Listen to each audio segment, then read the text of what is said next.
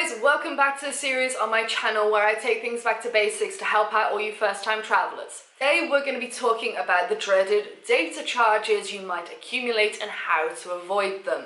So our smartphones and easy access to the internet has made traveling so much easier. But having to constantly find that free Wi-Fi outside of McDonald's or Starbucks can be a pain. One of the best things to happen in Europe recently is that they have halted all of the data roaming charges across EU countries, which means I can go from the UK, for example, with a UK phone, with a UK SIM card, with UK data, which I've paid for it on that SIM card plan, and go to Paris. I could go over to Berlin, I could go to Munich, I could come here to Budapest, I could go up to Sofia, and I won't be paying horrific data roaming charges anymore. It will just be taken off my data roaming from my normal package at my normal standard price, which is amazing. However, if you're not planning on visiting a European country or doing a whole EU trip with one SIM card, there are a few other options to stay connected. The biggest and most simplest one is to just buy a local SIM card when you get to your destination. You must make sure that your phone is open before you leave your home country for it to accept all SIM cards. Trust me, it gets a lot of travelers.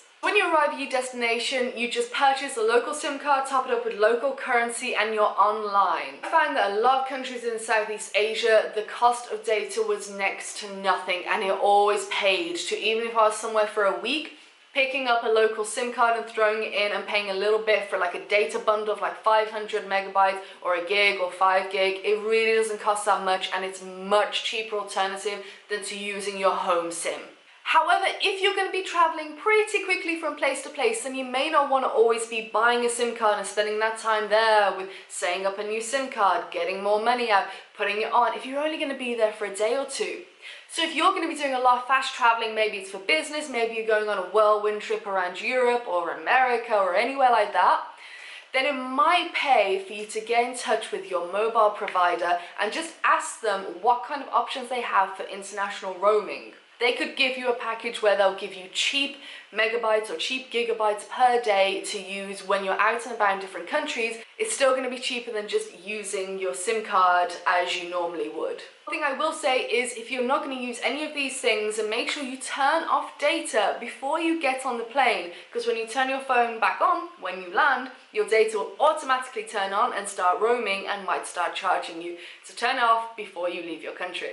And also, free Wi-Fi is your best friend, and you can download apps like Free Wi-Fi Finder and things like that, which can tell you your nearest open network, so you'll always have Wi-Fi somewhere. What do you do to avoid data roaming charges? Let me know down below. If you want any more tips and advice, my channel has got over 500 videos full of just that. I will leave some playlists like to this series down below and some other playlists for first-time travelers. I've got a ton of vlogs from all over the world as well. It's a little bit of everything on this channel, so go and check that out. And if you're new, don't forget to subscribe, and I'll see you tomorrow.